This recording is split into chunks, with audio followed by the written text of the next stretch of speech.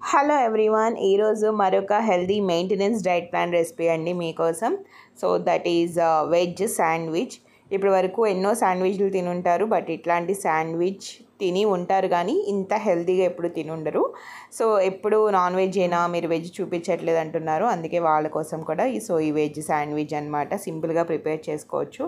ఇక్కడైతే ఒక carrot, capsicum, tomato, onions అన్నీ కూడా చిన్న చిన్న పీసెస్లా కట్ చేసుకొని పక్కన పెట్టుకోవాలి. ఒక ప్యాన్లో కొంచెం ఆలివ్ ఆయిల్ కానీ బటర్ కానీ గీ కానీ వేసుకొని మనం కట్ చేసుకున్న చిన్న చిన్న పీసెస్ అన్నీ కూడా వేసేసుకొని కొంచెం సాల్ట్ వేసుకొని బాగా కలుపుకోవాలన్నమాట. మరీ ఎక్కువ ఫ్రై అవ్వనివ్వద్దు, జస్ట్ దానిలో ఉన్న వాటర్ ఇంకిపోయి దగ్గరికి వస్తే చాలు. కొంచెం కలర్ చేంజ్ అయితే చాలు. మీరు కావాలంటే స్పైసీనెస్ కోసం కొంచెం కారం కూడా వేసుకోవచ్చు, బట్ నేనైతే ఓన్లీ సాల్ట్ వేసాను, ఇంకేం వేయలేదన్నమాట.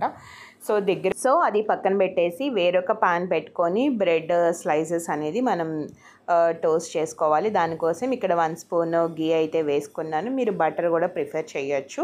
ఇక్కడ 4 స్లైసెస్ తీసుకున్నాను, అంటే టూ పీసెస్ లాగా మనకు వస్తాయన్నమాట. అంటే ఒక పర్సన్కి క్వాంటిటీ అనేది సరిపోతుంది, సరిపోకపోవడం అనేది ఉండదండి, ఖచ్చితంగా సరిపోతుంది బ్రేక్ఫాస్ట్కి.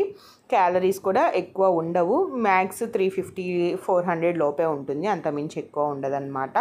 సో ఇది ఎక్కువగా టోస్ట్ అవ్వనివ్వకుండా జస్ట్ లైట్ గోల్డెన్ కలర్ వచ్చి మామూలుగా క్రిస్పీగా అయితే చాలు, ఎక్కువ వేగనివ్వద్దు మరీ బ్లాక్ కలర్ వచ్చేలాగా. సో నార్మల్గా వేయించేసి పక్కన పెట్టుకోండి వేరొక ప్లేట్లో.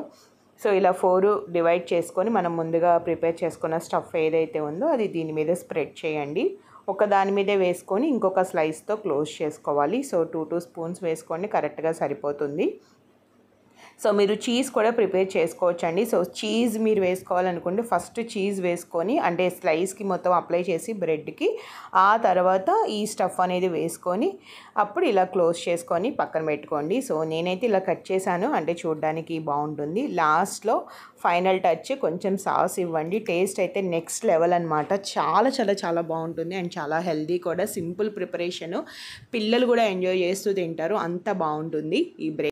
సో నచ్చితే లైక్ చేసి, షేర్ చేసి, సబ్స్క్రైబ్ చేసుకోండి మరిన్ని హెల్దీ రెసిపీస్ కోసం. Thank you so much for watching. Bye bye, see you, take care.